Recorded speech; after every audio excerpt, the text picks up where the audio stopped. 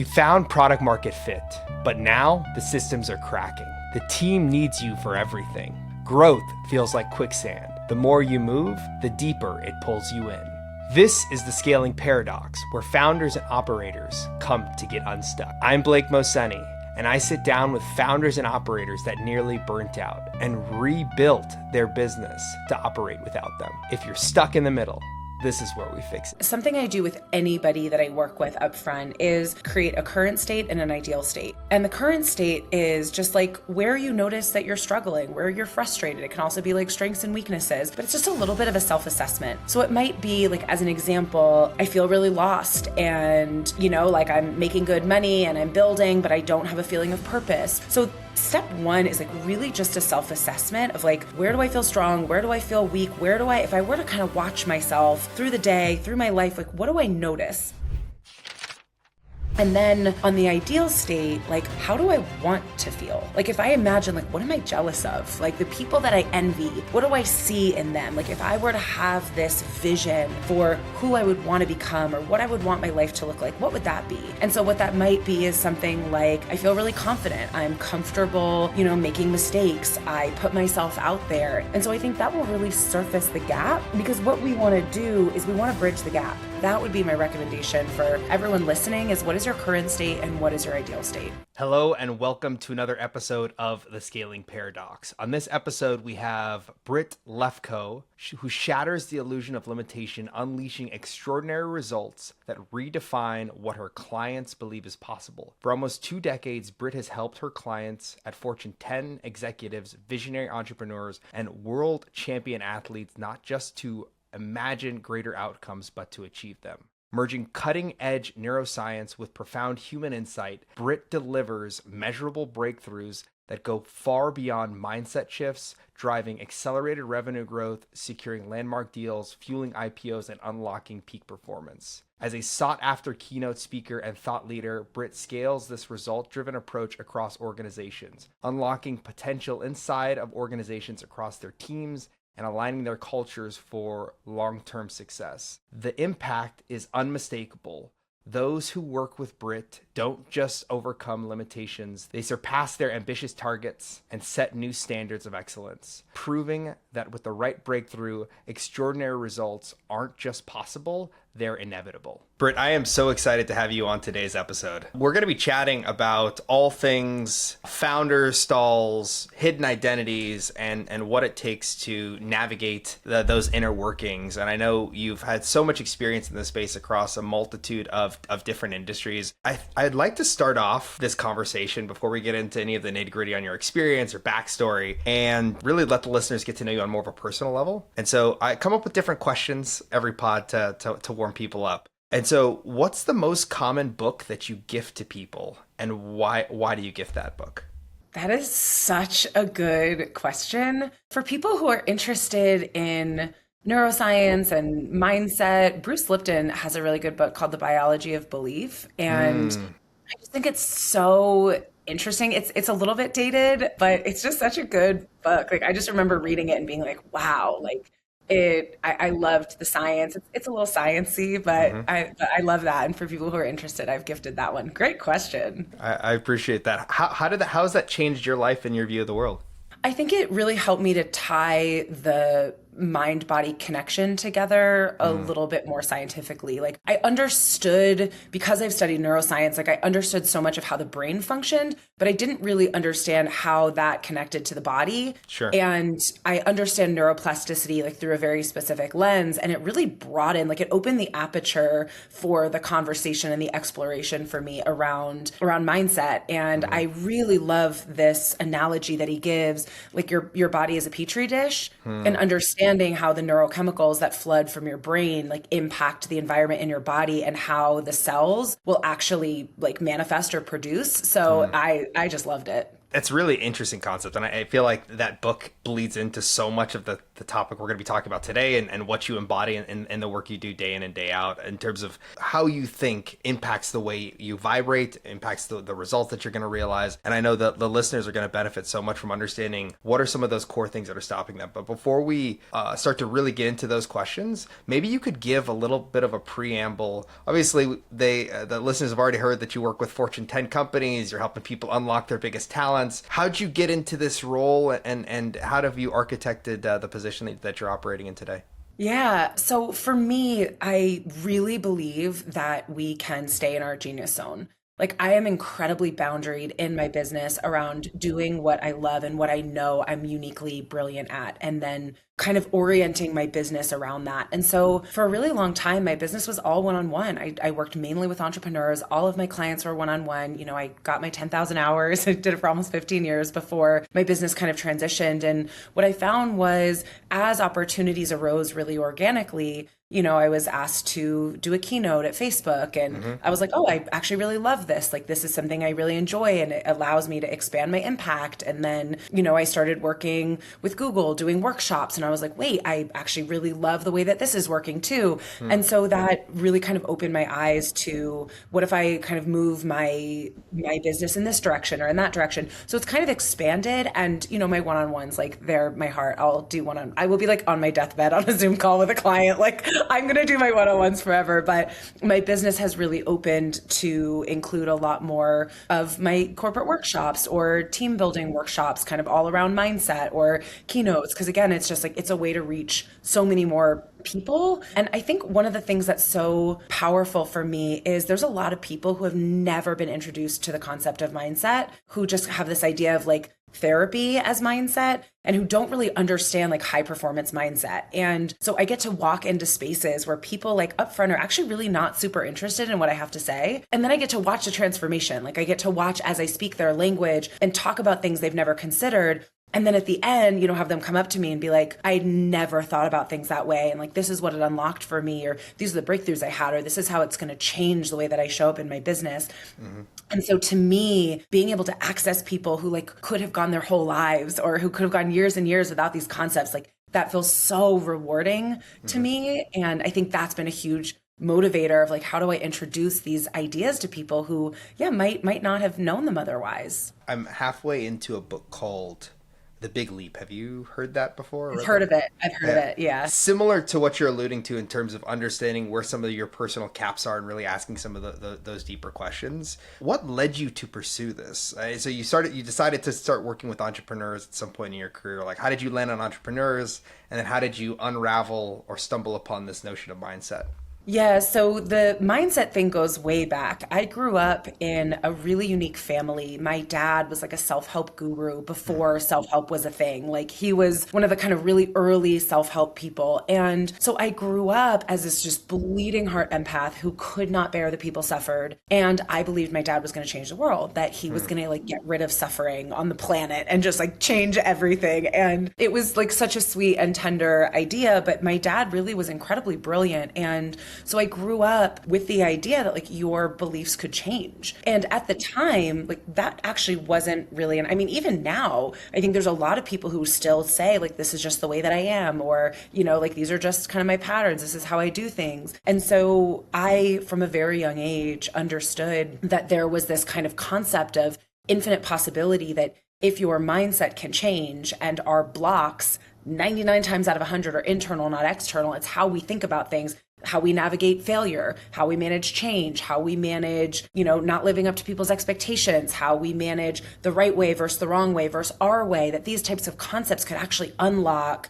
not only our fullest self-expression, not only fulfillment and happiness and purpose, but also like really allow us to design our lives rather than default our lives. And so I was obsessed with this my whole life. To me, I was like, there's nothing more important than this, because there's a saying I love so much. Derek Sivers said, if more information were the answer, we'd all be billionaires with six-pack abs, right? And I love this idea so much that like more information is typically not the answer. Now, information can be very useful, but if it bumps up against something, right? If you believe that there's a certain amount that you're deserving of, it doesn't matter how many tools and tactics you get. Like, you're going to self-sabotage every single time. If you believe that people can't be trusted, you will not step in to really beneficial partnerships or business relationships. If you believe that what makes you worthwhile is doing everything, by yourself, and you have this identity of, I'm hyper independent and like, I've got this, you're going to hire people and then you're not going to delegate effectively. Like, you're going to pay them to do a job and then do it for them. Right.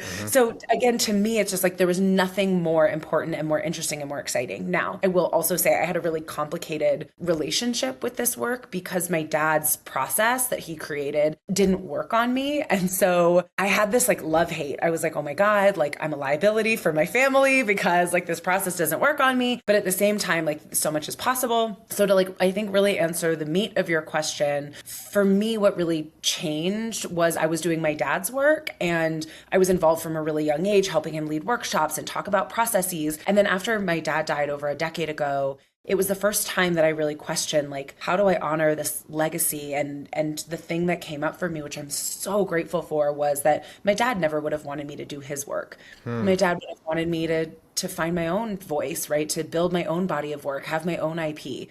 And so I, stand on the shoulders of giants that I really appreciate, the decades, that I spent with his work. But my business really changed after my dad died. And I really started to question, like, again, like, what is my way? What is my IP? Like, what is my body of work going to be made of? And it really centered around this question of unlocking infinite possibility. And so for me, entrepreneurs was like so clear because these are the people who are asking questions that not everyone else is asking. These are people who understand also that their business is a reflection of them. And so we get stuck in our business wherever we get stuck personally. Like, wherever we cap out, our business caps out. Where we're weak, our business is weak. Where we're strong, our business is strong.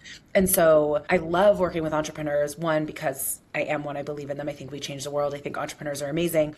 But also, again, like, there's different questions that we have to ask because we can't afford to settle for good enough. Our businesses will really suffer. So that's how all those pieces kind of came together. What a story. Like, that is it's really unique to hear it being anchored in family and in legacy and wanting to continue to perpetuate that forward, but also, to your point, really tied in with your own identity. And I would ask, you scratched at it slightly, but what is the major paradigm shift that you put in place for it to be your system and to be focused on how you like to work? Yeah, that's a really big question for me. So the primary thing that I think I felt really limited by in my dad's work is it was all about eliminating negative beliefs. So you have a belief and it's limiting and then you get rid of it. And to me, that felt really small and it honestly felt a little bit dissonant. And my perspective was, I don't want to eliminate the negative. Like, I want to find something that is so much more powerful, so much more resonant, so much more real, that the limiting thing just kind of falls away, that it feels small. And so what I realized is, like, my point of view is that the person we want to become is not someone we build. They are somebody that we remember, right? That, like, the raw material for that person is buried inside of us underneath layers of overachieving and not delegating and trying to be perfect and trying to be liked. And that if you can, like, actually tap in to the truth of who you are, if you can find perspectives or truths or realizations that, like, are so powerful,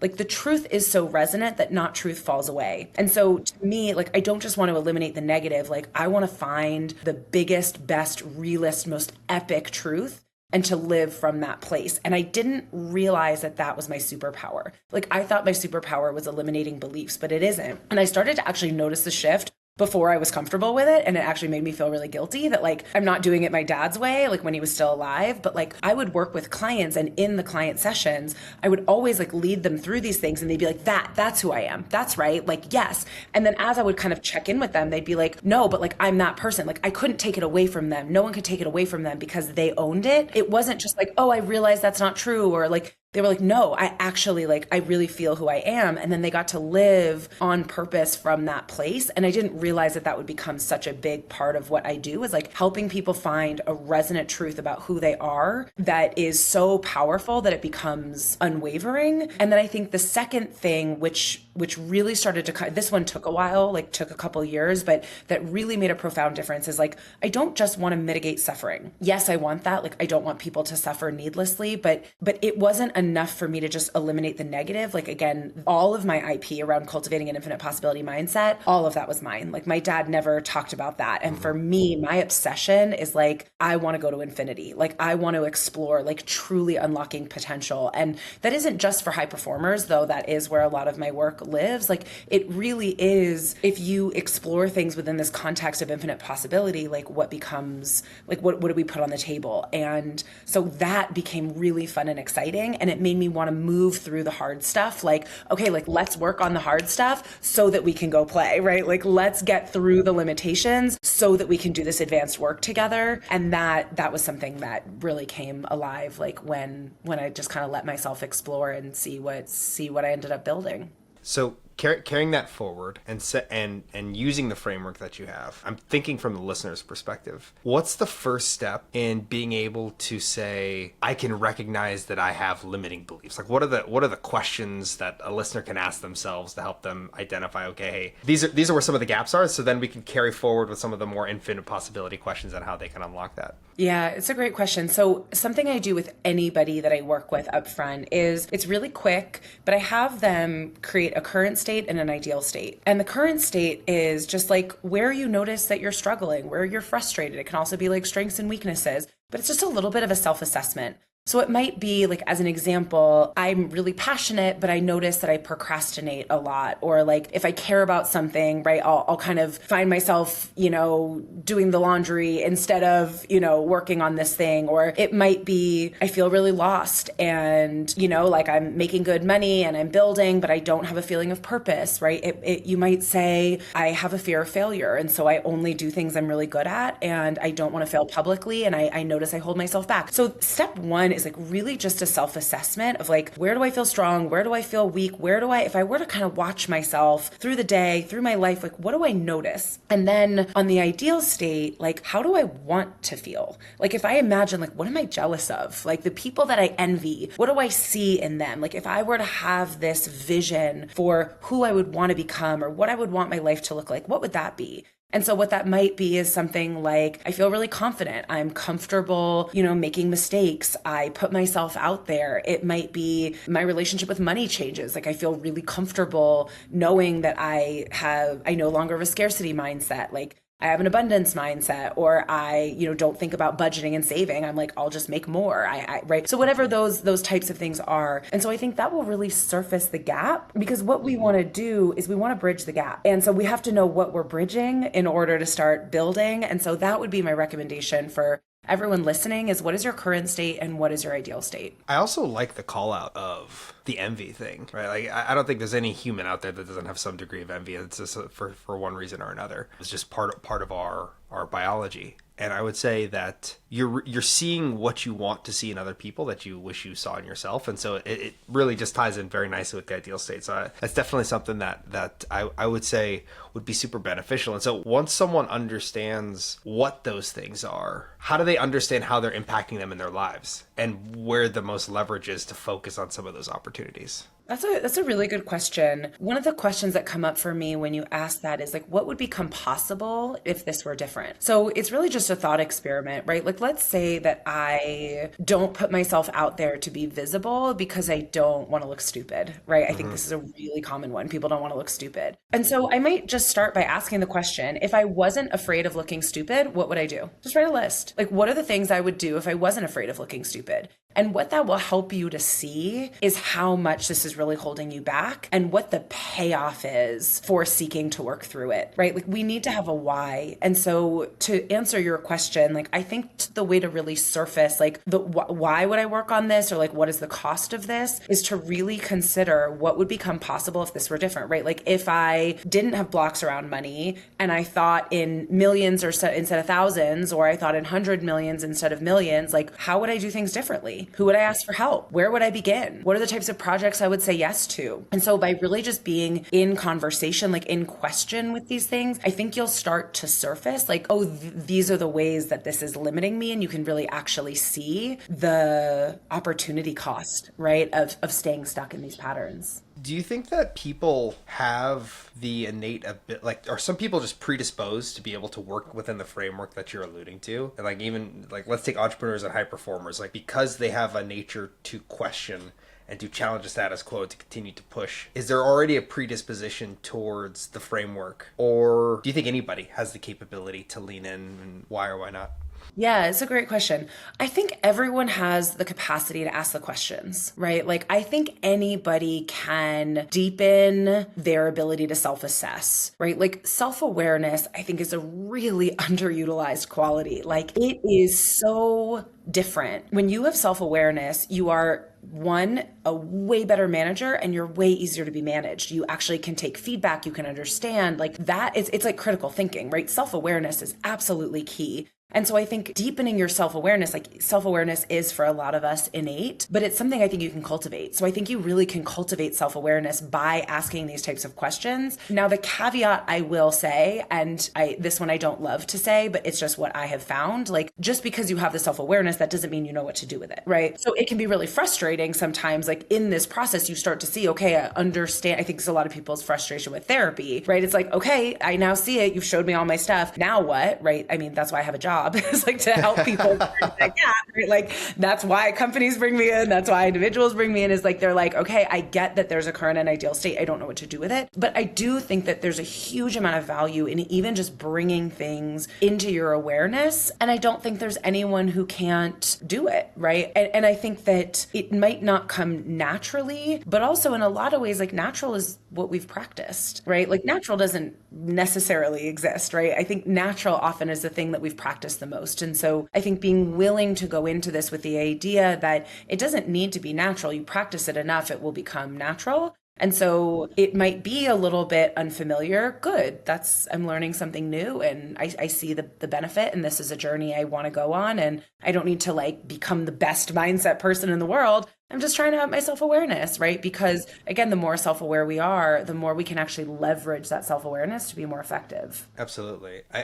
There's a couple things that have been firing in my head as you were chatting, and it keeps coming back to this notion of an identity shift. And James Clear talks about it, a big fan of Atomic Habits and some of the work that he's done. He talks about how to actually instantiate a new habit or behavior, there's an identity shift that needs to take place associated to that. So if you want something to stick and you want to be a healthy person that eats well, you need to shift your mindset from being whatever version of yourself that you are to a healthy person. Or if you want to become a runner, you need to shift the mindset that you are a runner, and you're continuing to live into that. And I think so much of that is true with especially what you were alluding to before, which is this idea of the work that you're doing that's different from what your dad was doing before. Is instead of trying to say, I'm not going to have sweets anymore, it's I'm a person that doesn't eat sugar, or like, and it's a minor shift of the coin is how I would characterize it. But it's this shift in perspective of, if you can attach yourself to this higher identity, or this version of yourself that you aspire towards, it will enable you to pull through the hard times that you might regress back to the mean. What are your thoughts on that? Yeah, I've actually got a bunch of thoughts on this. So I think one of the challenges is that we try to hold an identity that doesn't actually feel true, that's aspirational, right? So we want to be observational, not aspirational. The minute that we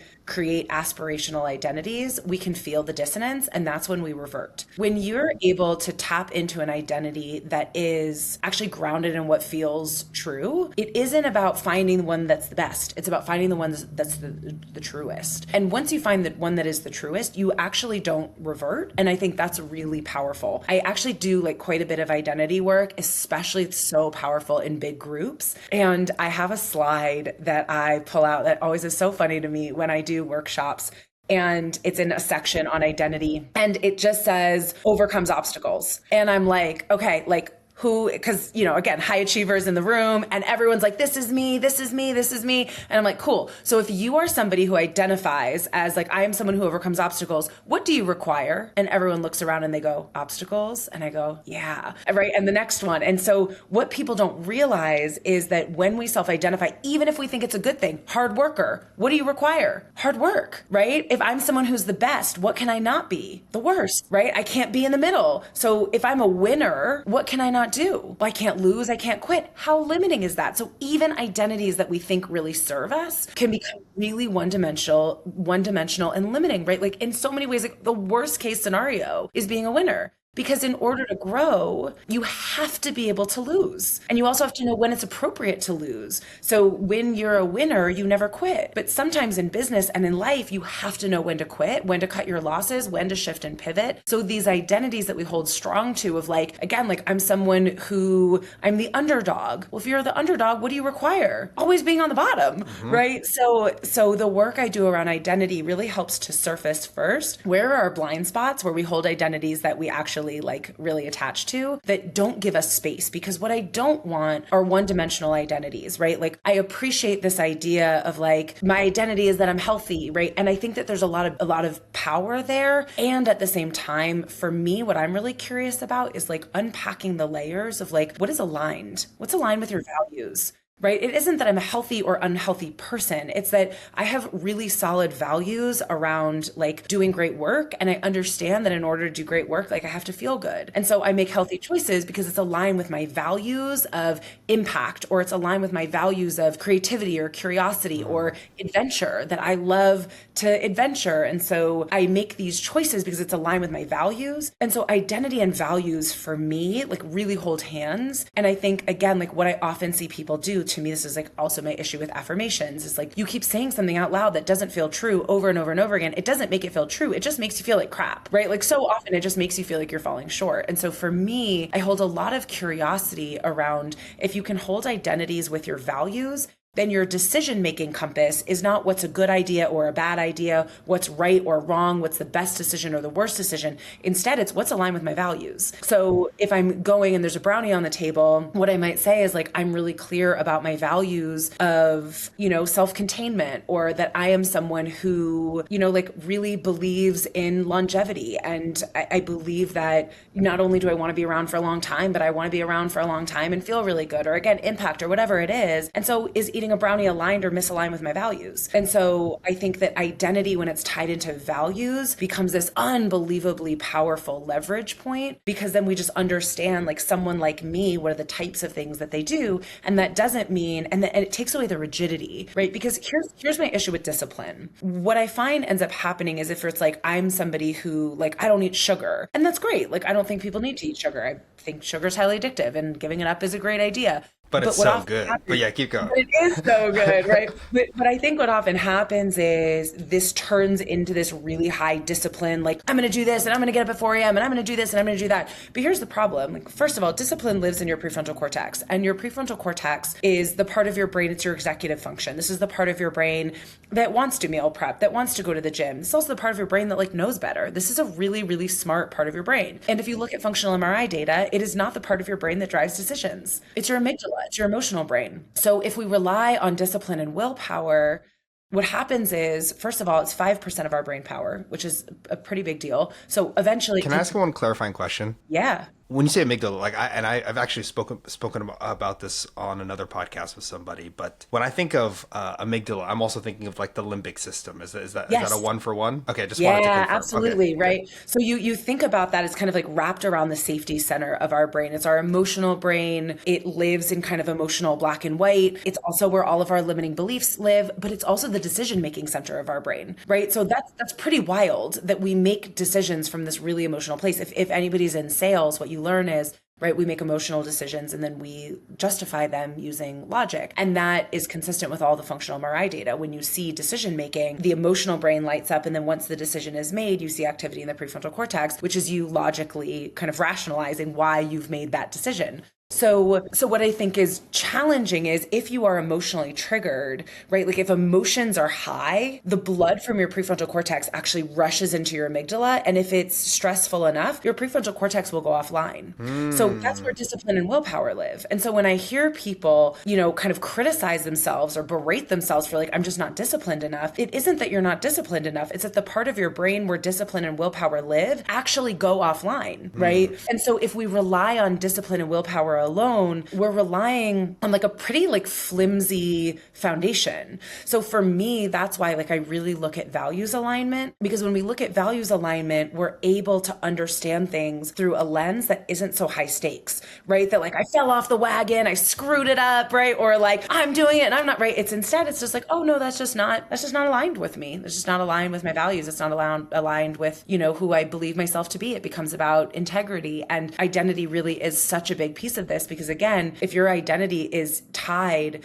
to working really hard and it's time to go on a vacation, you are going to be in deep internal conflict, because it actually goes against your identity to be on vacation, because your identity is contingent upon working hard. And when you're not working hard, you feel like you're lacking integrity. So sometimes when people want to make a change and they don't, and they can't understand why, very often the change you want to make is actually bumping up against your sense of identity. So many thoughts so a couple questions I want to ask. And the first one I really want to dig into is this notion of, you called it aspirational identity, and how aspirational identity, especially in relation to the prefrontal cortex, can create unnecessary friction where the said individual maybe doesn't achieve what they're trying to achieve. I'm going to use an example. I'll use myself as an example. And the listeners know that I love to run. That's what I call my church, is where I go get out the poison and reset the mind. And so I used to hate running. And it wasn't until my roommate about 10 years ago, his name's Dan, who's about 6'5", larger guy, came to me one day and he's like, you know what? I'm going to run half marathon. I'm like, are you kidding me? You're going to run a half marathon? Like, excited for you. But me being the competitive person that I am, I'm like, well, if he can run a half marathon, then I can run a half marathon. And he went and did it, and he had the calendar, and he did these little stickers to track his training and everything else like that. But I learned a lot from him. And I've shared this with him before in the past, where I track all my training. I have a giant calendar over here for the full year. But I signed up for a half and really did not enjoy that experience, or at least like the first part of the training experience. And then I got through that, and then kept signing up for more and kept signing up for more. And now I can't imagine a world without it. And if I don't run throughout the week at least 4 to 5 times, I feel off. I physically feel off. I don't show up as the best version of myself. And so maybe that's some of the identity stuff that you're alluding to before. And so where the question is going is, I feel like that was an aspirational identity shift that enabled me to find something that has helped me be a better version of myself into this next chapter of my life. How does one navigate the friction associated to aspirational identity? Because kind of what I'm hearing you say is, it's not about actually identifying the aspirational identity, it's about identifying the values. And I'm just trying to understand, if I realign my values, I don't know if I would have gotten to that same destination. So interested in what your view is on that. Yeah, so here's how I would think about it. I think if you were to have said at that point, like aspirationally, I'm going to become a runner, you would have shut down, right? Got it. I think instead you attached to true values, which is like, I like to challenge myself. I'm really competitive. Those are actually aligned, right? So you started running because you were competitive, not because you aspirationally thought you were going to become a runner. I think we really shut down when we step into aspirational identity. Like, I actually think it's really counterproductive, because again, like if you go back to that moment where your friend is like, I'm going to do this thing, and you were like, I'm going to become somebody who loves running, I'm going to become a runner, it would have felt out of touch with reality. But instead you observed the truth about you. I'm super competitive. I love a challenge. So you tapped into your desire to challenge yourself in order to start running. And then through running, you became someone who loved running. And now it's no longer aspirational, it's observational, right? So I think we want to rely on what is observational. Like, to use this for somebody who isn't you, who might be listening, like I'm going to keep with the running example. Cool. If you're somebody who's like, I'm super sedentary, like I don't exercise, I don't work out, how do I bridge this gap the way that Blake did? What I would encourage you to look at is, what is something true right now? Not aspirational, observational. Is it true that you are somebody who really wants to feel better? Are you somebody who loves a challenge, right? Who's super competitive? Like, are you somebody who has integrity? Like, what can you rely on, and how can you use that? Because if you're somebody who says, I want to feel better, then you would get up and you'd go to run and you'd say, I'm doing this because I want to feel better. I hate this. I'm not a runner, but I want to feel better. And you do it enough, it will actually make you feel better, right? Or if you say, I'm doing it because I have integrity, well, now you keep your promises. All you have to do is make a promise that you're going to run half a mile, and you'll do it because you have integrity. There's always a reason that you can attach to that is observational, that if you rely on that thing, it will drive you to be able to do the hard thing. Like, as simple as, I am someone who does hard things, right? Or I am someone who keeps my word. So you get to rely on what's true. And so that's why I think for some people, having an accountability buddy, right? Because they are somebody who keeps their word. So they leverage their integrity to become who they want to become, right? Or in community, right? I'm somebody who values connection. And so if my friend is doing it, I know I'm going to want to do it. And so I'm going to leverage my value of connection to get me out running because me and my friend are going to do it, 3 days a week. So that's kind of what I mean, where you end up becoming the aspirational thing. But if you start with the aspirational goal, typically at some point the gap will feel so big that you'll shut down or give up, or you'll feel like you're not making the progress. Where if you start with something true, you start with something that you can actually rely on, that will give you the momentum you need to end up stepping into the thing. That hits so well. What I would equate it to, because I've had this conversation with other people, because everyone's all excited about AI and ChatGPT. Don't get me wrong, I am a full supporter of all things AI, but I think often the tooling leans towards aspirational, and people pursue certain objectives, whether it's in business or in personal, based off the aspirational objective that AI has helped one configure. And it falls short because, to your point, they're not focused on what's the micro change that I can continue to make and watch that compound over time to see if it actually even leads me to the destination that I'm trying to get to. Because kind of what I'm hearing you say is, if you're so focused on aspirational, maybe you say you want to be the best business person in the world. Maybe you say you want to climb Mount Everest. Maybe you say whatever that aspirational objective is. You might get to the top of the mountain and be like, this is not what I was anticipating. And this is not necessarily what I was looking for. And so if you shift to or even you might not even get to the top of the mountain because you gave up along the way because it just seems so far away from wherever you're trying to get to, as you were alluding to. And so I think this idea of being able to break it down into bite-sized pieces that align with your values, it's almost the dopamine hit that you need to continue to pursue whatever the aspirational thing is, right? Like, I think the void between aspiration, like achieving your aspirational objective, is how many hits of dopamine can you get along the way that sustain your motivation to get to the outcome over time. Yeah, I've got some thoughts on this. Some of the people that I have worked with, I would say almost in every case, that are the most lost are the people who got exactly what they wanted and felt empty. I've worked with people, especially who are young and have an exit and come into like a windfall of money, and that's what they thought they wanted. That was the aspiration, and it's empty. We never actually want the aspiration. We want who we become in the process. And so what happens is, if we focus on the aspiration is actually going to be empty. That doesn't mean don't go after it, but the greatest gift is not the win. It's the person that you become in the process of going after that win. And so when all you're focused on is the aspiration, you don't build the person, right? Like, you don't actually focus on the building. And so what I think is like so unbelievably important is when you, again, focus on building and the milestones along the way, you become proud of what you're accomplishing, but it also fosters curiosity. Is it working? Is it not working? Do I like it? Do I not like it? Do I need to shift and pivot? Is it what I thought it was? You stay engaged, right? Because I think for so many of us, it's almost like we try to black out and just win, thinking that that's going to be good, but we've practiced being miserable for 30 years, and then we win, and guess what we've practiced? Being miserable, right? So you win, and then you just bring all of that practice stress into this moment that's supposed to feel like achievement, but really lasts 15 minutes, and then you fall back into the patterns that you've practiced. So I think, yes, we want to be aspirational, but I think what's actually more important is to focus on the process and not the outcome of who do I want to build myself to be as I seek this aspiration, and let me stay engaged, because as I'm walking toward the aspiration, I might at some point realize that's actually not it, right? Like, I actually don't want to keep building in this direction. Again, like, I want to shift and pivot, and I want to build over here because this feels so much more purposeful. And so staying engaged ensures that we don't get to the top and be like, why did I even climb this mountain in the first place? Like that, like you said, like this isn't it, because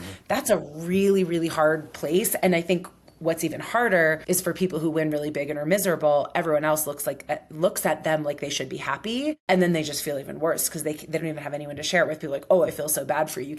You had this big exit, and they're like, yes, but like this was the only thing I ever had, and I have it and it's nothing, right? So preventing that is, to me, again, like really about being observational about what actually matters to you, and then following that. And that doesn't mean don't have goals, but let goals be targets that are a general idea idea that you're in the right direction, but let those targets be flexible if they no longer align. Like, how often does somebody have a revenue target and there's systems that are broken or there are people issues and they run into the revenue target and they break their business? Sometimes you need to be willing, like there's a reason why sports teams have rebuild years. There are times, again, when like a certain revenue target actually doesn't serve your business, and what you need is to say, wait a minute, we were going to hit this revenue target, but actually like that is not in the best interest of the business. Let's pull back a little bit and let's focus on, again, like what are the systems that are breaking, or like what are the people issues that we need to resolve? And then from that place, you'll be so much more equipped to hit the revenue target anyway. It isn't about throwing it in the trash, but it's about having discernment. Am I doing it because it's a vanity metric? Am I doing it because of some aspirational idea I have of what I should be doing because of comparison? Or am I seeking that because it's actually aligned with my values, right? It's aligned with what works for my unique process, again, in myself or in my business or whatever that looks like. So I'm sure the listeners are wondering, just like I am, what is the methodology towards value mapping and value identification? Because really what I'm hearing you get at is if you're feeling some level of dissonance in your core identity, or you're struggling to get to the next level of growth, you keep running into friction on whatever next chapter of things look like. The foundation is built off of value definition, outside of defining the current state and the ideal state and understanding where some of that envy is. Yeah. So to me, like, I love doing values work. I also just want to say, like, it is just a lens. So I think there's a lot of different lenses that we can use. Sure. I use values a lot just because I think, well, I'll use it once and then it's like you have it forever. So I like it because you get a big bang for your buck. So here's how I think about values. I actually break values up into what I call core values and adaptive values. To me, your core values are intrinsic, they're energy giving, they're not learned, they're not aspirational, they're not wrapped in should. They are truly authentic. You can find kind of threads through your whole life of these values. They unlock a feeling of infinite possibility. They unlock flow. So those are core values. And the way that I do it, you've got 5 core values. And for every core value, you have a corresponding adaptive value. Where core values are intrinsic, your adaptive values are extrinsic, right? They're learned. They often are tied to validation or tied to shoulds. They are also very limiting. Now, they're not bad, but they're bad targets, right? So I'll give an example. Curiosity is a core value. Productivity is an adaptive value. If you seek curiosity, you will be productive. If you seek productivity, you will sabotage curiosity, right? So adaptive values are things that you learned. Again, they're adaptations. That doesn't mean productivity is bad. But if I'm, again, like, if a lot of your listeners are entrepreneurial, like in your business, if you look at what are the things I can rely on that excite me, that give me energy, that make me come alive, like, that when you're in flow and you're feeling alive, like, you get things done, right? So I never vilify the negative. Like, I just want to find a more effective modality or paradigm or perspective, right? Like, I don't vilify, like I don't like good, bad, right, wrong. Like, to me, it's stressful and unnecessary and arbitrary. So instead, right, it isn't that productivity is bad, right? But again, productivity creates stress. Like, if you're seeking productivity, you're coming from scarcity. There's not enough done. I'm not going to get it done. Where in contrast, again, like if you're seeking curiosity or creativity, you will end up having ultimately better outcomes. And so the question I would ask for everyone listening is, what are the ways of being? Like, what are the things that really make you come alive? So I'll give some examples, right? Like play, like I said, curiosity, creativity, learning, growth, adventure, exploration, creating, building. Those are all core values. Those are things that come from the inside out, right? That when you're seeking them, when you're playing in them, like, you notice that you actually do your best work. Now, there's also a lot of neuroscience to back that when we get out of the more stressful values, that we move into our, like, the highest levels of our prefrontal cortex, which is actually where our highest levels of thinking exist, right? Sure. And then to look, like, for your adaptive values, what are the things that I seek either from a place of anxiety, from a place of should, from a place of, again, that kind of like grasping, overcoming energy. So adaptive values are things like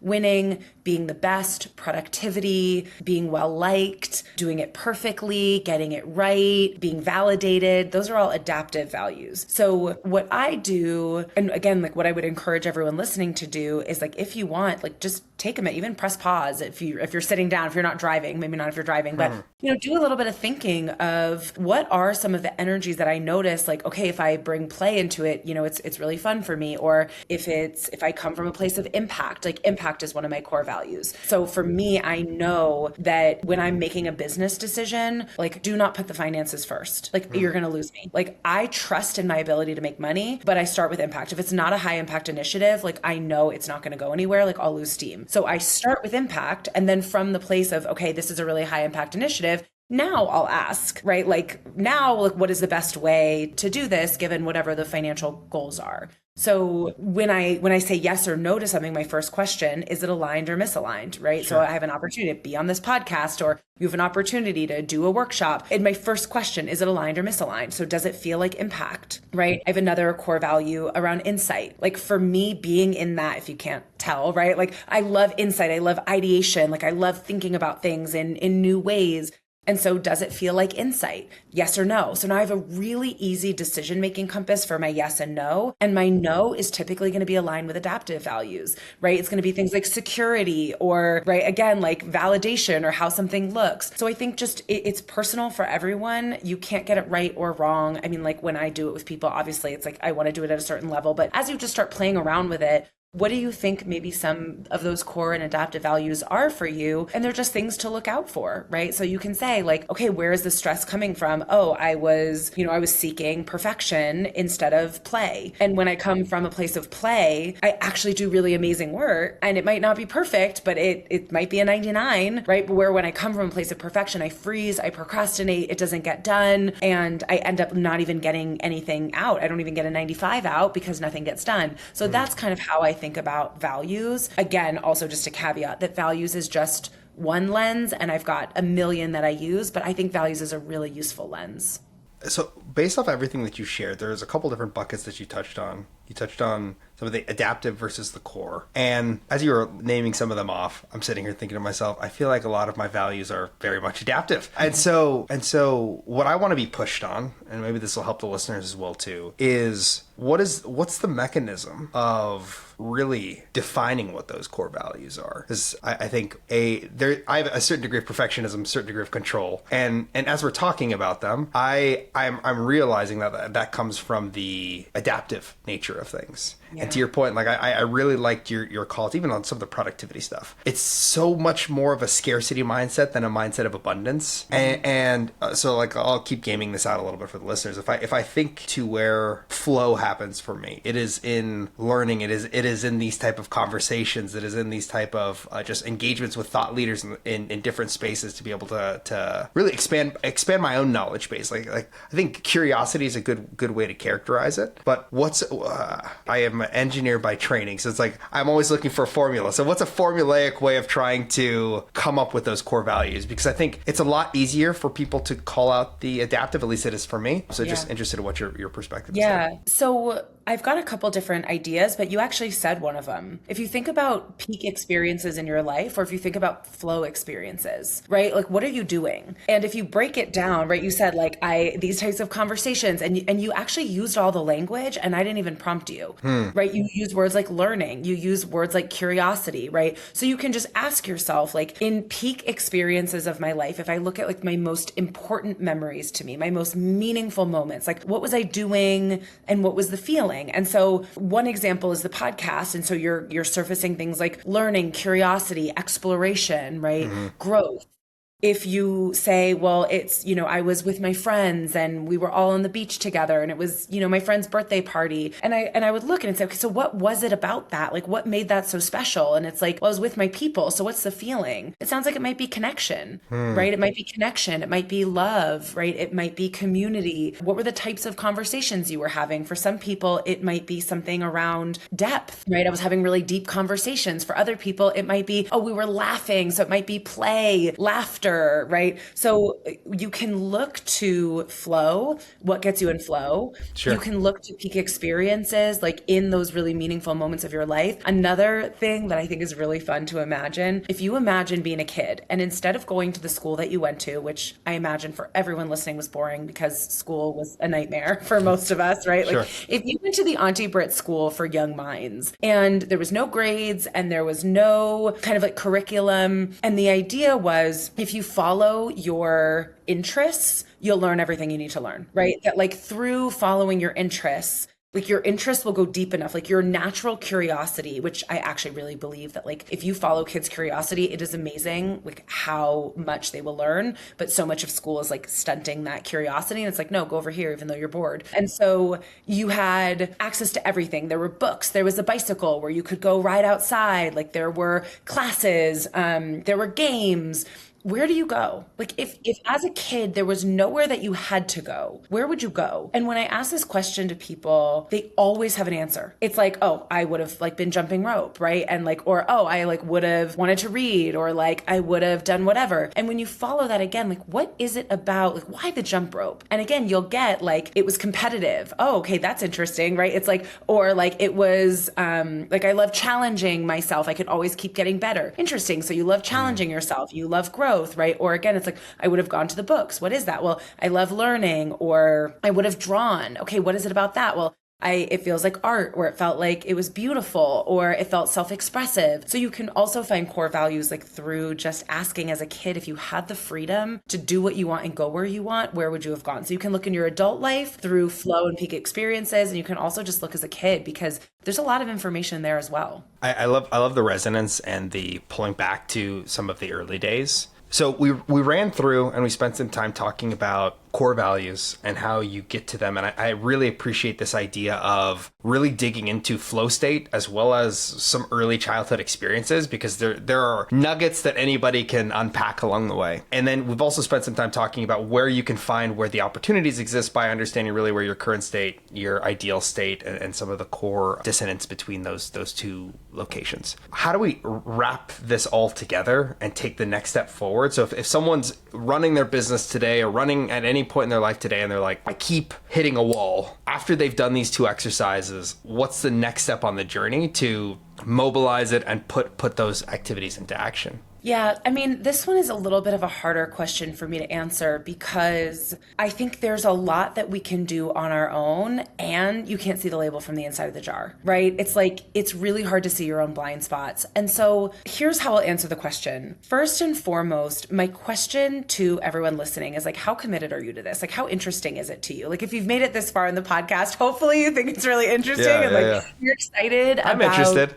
The opportunity and the possibility, like Sure. if you dig into this. So I think first is, again, like just like we talked about with identity and values, like, does this feel aligned for you? Is there something here? Is there a vision you have, a dream you have? Is there something that you want that is on the other side of who you believe yourself to be? Like, are there breakthroughs that you really want? And so I think that's setting the tone that like, it is going to be a journey and it might not be a light switch. And so to stay in the questions. And I would encourage people like, do the current state and ideal state, do some stuff around the values, right? But really just like, how can you improve your self-awareness? Ask people in your life, you know, say, hey, I know that giving feedback might be hard for you, but like, I'm really trying to grow.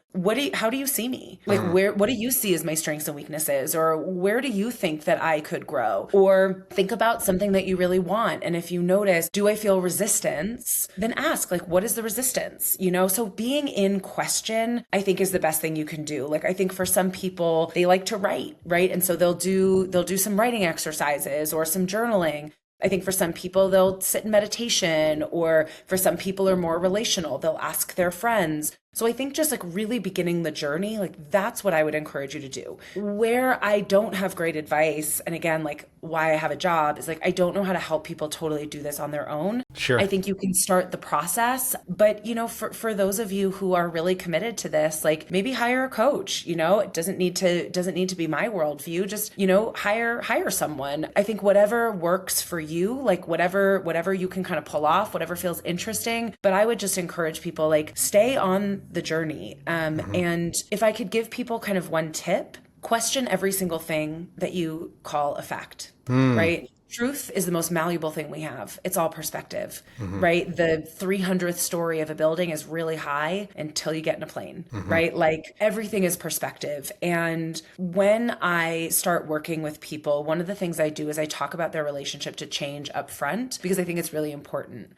Most people believe that change is hard and that it takes a long time. That is just a perspective. If you come into this process believing that it's going to be hard, what are you going to create? You're going to create it being hard. You're going to look for hard. And if it's too easy, you're going to turn the other cheek. You're not going to believe it. You're going to be skeptical about it. If you believe it takes a long time, what are you going to do? Move really slowly, right? If there's a breakthrough that you could have that's really fast, you won't believe it, and so you'll avoid it. So just note that the way that you think about things determine how you engage with them, but they also determine what's possible. So a question that I would ask to everyone listening is like, what have you taken off the table as possible? What are the things that you are calling facts or you are calling truths that if you put in question could actually potentially create a breakthrough right away? Like some of this identity work can be done in a flash. Think about when you have a kid, you're a person and then you're a parent. It happens in a second, right? You see that baby and all of a sudden your identity shifts, right? There are really profound identity shifts that we can have instantaneously. I want to actually give an example. I've given this example before, and I think it's a really powerful one. I was leading a workshop, and there was a guy at the workshop who was by far the highest net worth person in the room, and he was pretty disengaged. Everybody else was really engaged. He was disengaged. I was talking about, I don't even remember actually what I was talking about, but I was talking about something, and he kind of looked at me, and I looked at him like, I was like,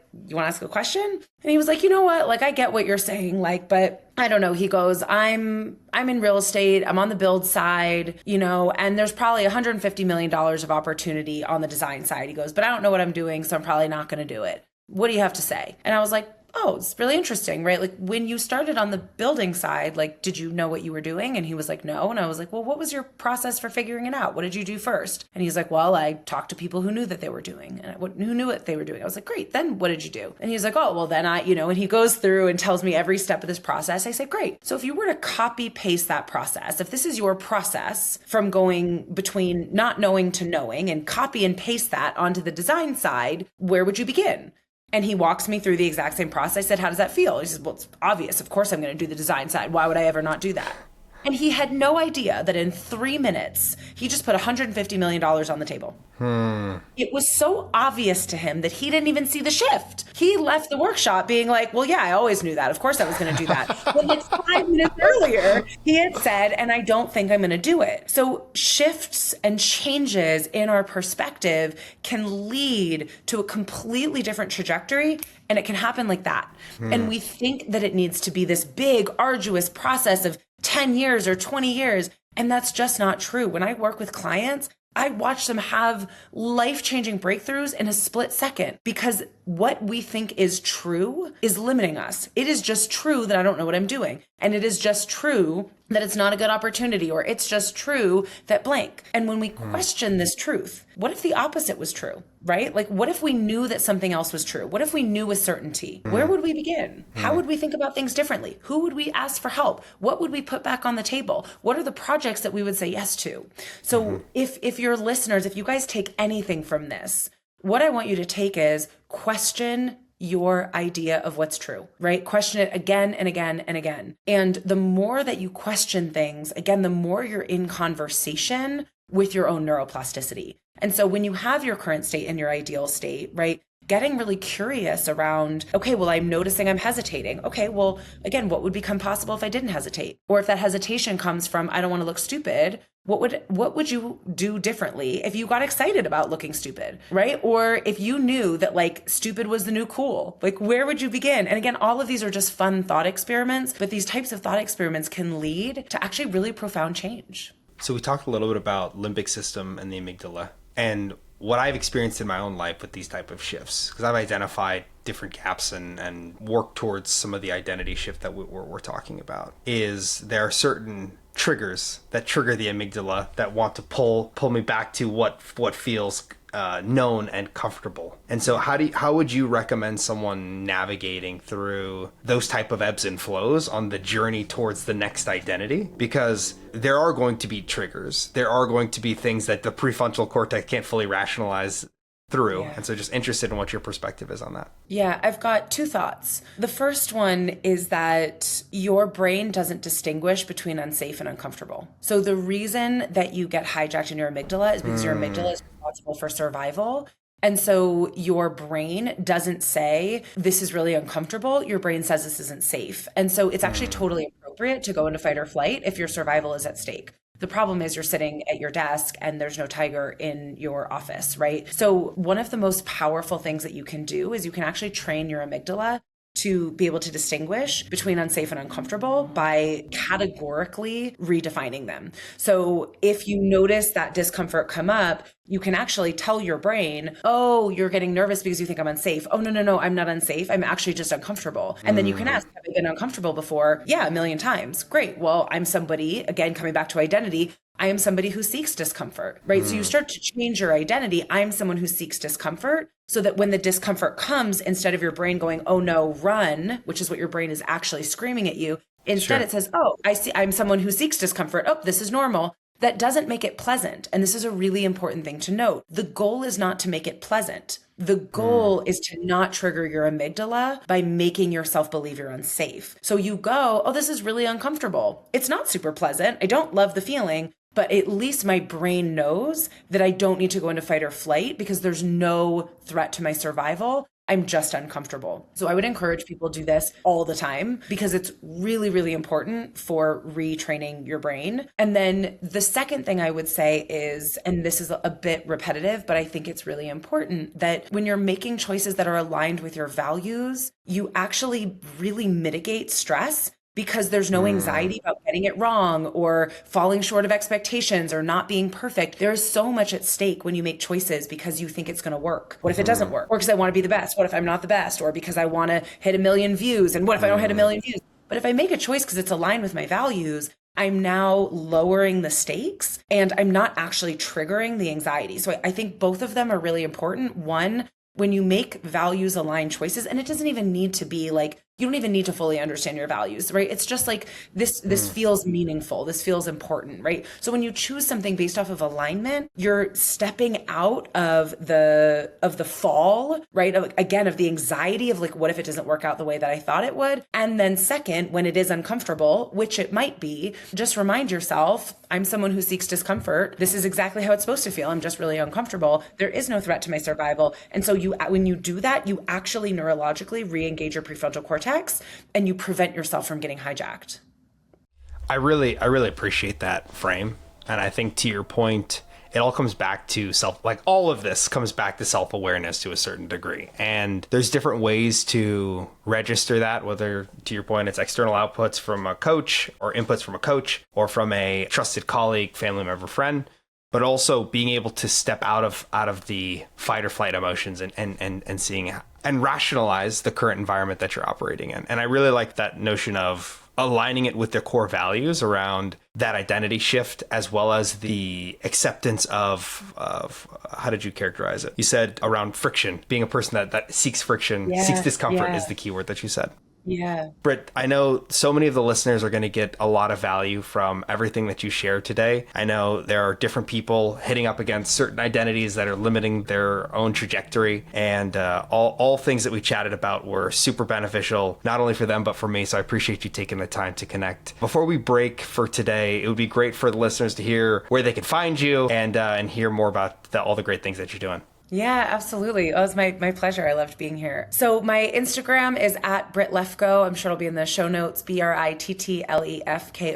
I had a personal Instagram forever. I was so reticent to do a business Instagram. I finally started making it more businessy, but I was going to say, I will shout out that if you scroll down a little bit, there are some really pretty mountain pictures. There you go. I love it. So yeah, that's my Instagram, but my website is brittlefkoe.com. And yeah, reach out if coaching is something that you're interested in. Definitely, if you have a business, the majority of my business right now is, again, leadership training. I do all sorts of mindset workshops. So if you have a team or if you're a part of a company, I would absolutely love to talk about opportunities there. Awesome. Britt, this has been spectacular. Thank you so much for taking the time today. My pleasure. Thanks so much. That's it for this episode of The Scaling Paradox. If this helped cut through the chaos, please send it to another founder or operator that's stuck in it too. If you haven't subscribed yet, let's fix that. New episodes of The Scaling Paradox drop every other Thursday. There's no filler in this podcast, just the real work of scaling past yourself.